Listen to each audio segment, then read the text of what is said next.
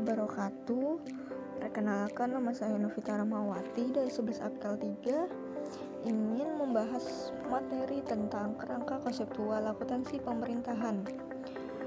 Kerangka konseptual akuntansi pemerintahan adalah konsep dasar penyusunan dan pengembangan standar akuntansi pemerintahan atau yang bisa disebut dengan SAP, dan merupakan acuan bagi komite standar akuntansi pemerintahan, penyusunan laporan keuangan, pemeriksa dan pengguna laporan keuangan dalam mencari pemecahan atas sesuatu masalah yang belum diatur dalam pernyataan standar akuntansi pemerintahan. Dalam kerangka konseptual akuntansi pemerintahan ada tujuannya, yaitu sebagai acuan bagi penyusun standar dalam melaksanakan tugasnya. Bisa juga sebagai acuan bagi penyusun laporan keuangan dalam menanggulangi masalah akuntansi yang belum diatur dalam standar. Dan juga membantu memberikan pendapat apakah laporan keuangan disusun sesuai standar. Karena kerangka konseptual ini membahas terkait tujuan kerangka konseptual, lingkungan akuntansi pemerintahan, pengguna dan kebutuhan informasi para pengguna, entitas akuntansi dan entitas pelaporan, peranan dan tujuan komponen dan dasar hukum, asumsi dasar, karakteristik, kualitatif, prinsip-prinsip, dan kendali informasi dan unsur-unsur pembentuk laporan keuangan, pengakuan, dan pengukuran. Beberapa kelompok utama pengguna laporan keuangan pemerintah, namun tidak terbatas pada masyarakat, wakil rakyat, lembaga pengawas, donatur, dan pemerintah. Sini saya akan membahas tentang entitas akuntansi dan entitas pelaporan. Yang pertama, entitas akuntansi itu merupakan unit pemerintahan yang menyelenggarakan anggaran kekayaan kewajiban akuntansi dan menyajikan laporan keuangan jika laporan keuangan atas dasar akuntansi diselenggarakannya. Yang kedua, entitas pelaporan dari beberapa entitas akuntansi yang menjadikan pertanggungjawaban dan laporan keuangan, terdiri dari pemerintah pusat, pemerintah daerah, satuan organisasi, dan organisasi di pemerintah pusat atau daerah. Manfaat laporan keuangan: pertama, menyediakan informasi tentang sumber alokasi dan penggunaan sumber daya keuangan. Kedua, menyediakan informasi mengenai kecukupan penerimaan periode berjalan, menyediakan informasi mengenai jumlah sumber daya ekonomi yang digunakan dalam kegiatan entitas pelaporan serta hasil dan telah dicapai, menyediakan informasi mengenai bagaimana entitas pelaporan mendanai seluruh kegiatannya dan mencukupi kebutuhan kasnya, menyediakan informasi mengenai posisi keuangan dan kondisi entitas pelaporan berkaitan dengan sumber-sumber penerimaannya. Yang keenam, menyediakan informasi mengenai perubahan posisi keuangan entitas pelaporan, apakah mengalami kenaikan atau penurunan. Juga saya akan membahas tentang pencatatan laporan. Dalam pencatatan laporan ini dibagi menjadi dua, yaitu SKPD dan PPKD, yang dimana itu merupakan prosedur keuangan yang didasari oleh standar akuntansi pemerintahan. Dari berbagai satuan kerja pemerintah, ada satuan kerja yang ditunjuk sebagai bendahara daerah. Bendahara umum daerah. Hal inilah yang menyebabkan akuntansi pemerintah dibagi menjadi sistem SKPD dan PPKD.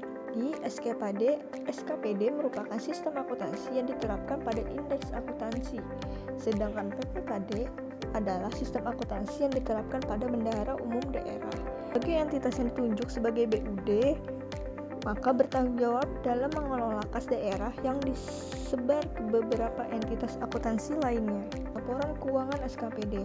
Yang pertama, laporan realisasi anggaran adalah laporan yang menjanjikan informasi realisasi pendapatan LRA, belanja transfer, surplus atau defisit LRA, dan pembiayaan dalam satu periode dibandingkan dengan estimasi pagu anggaran di awal periode.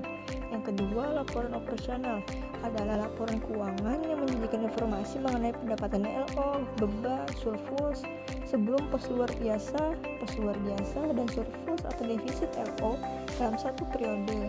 Yang ketiga, ada laporan perubahan ekuitas, adalah komponen laporan yang menyajikan sekurang-kurangnya pos-pos ekuitas awal, surplus LO pada periode bersangkutan, koreksi-koreksi yang langsung menambah atau mengurangi ekuitas dan ekuitas akhir. Yang keempat, neraca, bagian dari sebuah laporan keuangan yang mencatat informasi mengenai aset, kewajiban pembayaran pada pihak terkait dalam operasional perusahaan pada modal waktu tertentu. Dapus aset, di mana ada aset lancar dan aset tetap. Aset lancar adalah kas di bendahara penerimaan, kasti bendahara pengeluaran, piutang diakui saat terbitnya surat ketetapan persediaan beban dibayar muka. Dan yang kedua ada aset tetap, tanah, peralatan, dan mesin, gedung dan bangunan, jalan irigasi dan instalasi, aset tetap dan lainnya. Ini ada kewajiban dan ekuitas. Kewajiban yang muncul di neraca SKPD adalah kewajiban jangka pendek, yaitu utang belanja, utang pemotongan, PPh atau PPN yang belum disetor ke kas negara. Yang kedua, akun ekuitas yang dilaporkan di neraca merupakan hak residual Pemda atau SKPD.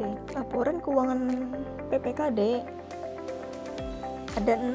Yang pertama, laporan realisasi anggaran. Perbedaan dengan LRSKPD adalah adanya tambahan pendapatan transfer dan berbagai macam tambahan belanja serta transfer ke desa. Kedua, laporan operasional.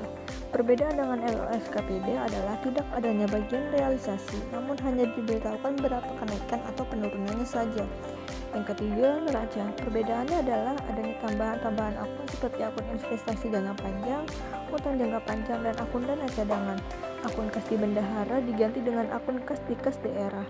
Yang keempat, laporan perubahan saldo anggaran lebih adalah laporan menyajikan informasi kenaikan dan penurunan SAL tahun pelaporan yang terdiri dari SAL awal, silpa atau sikpa, koreksi, dan SAL akhir.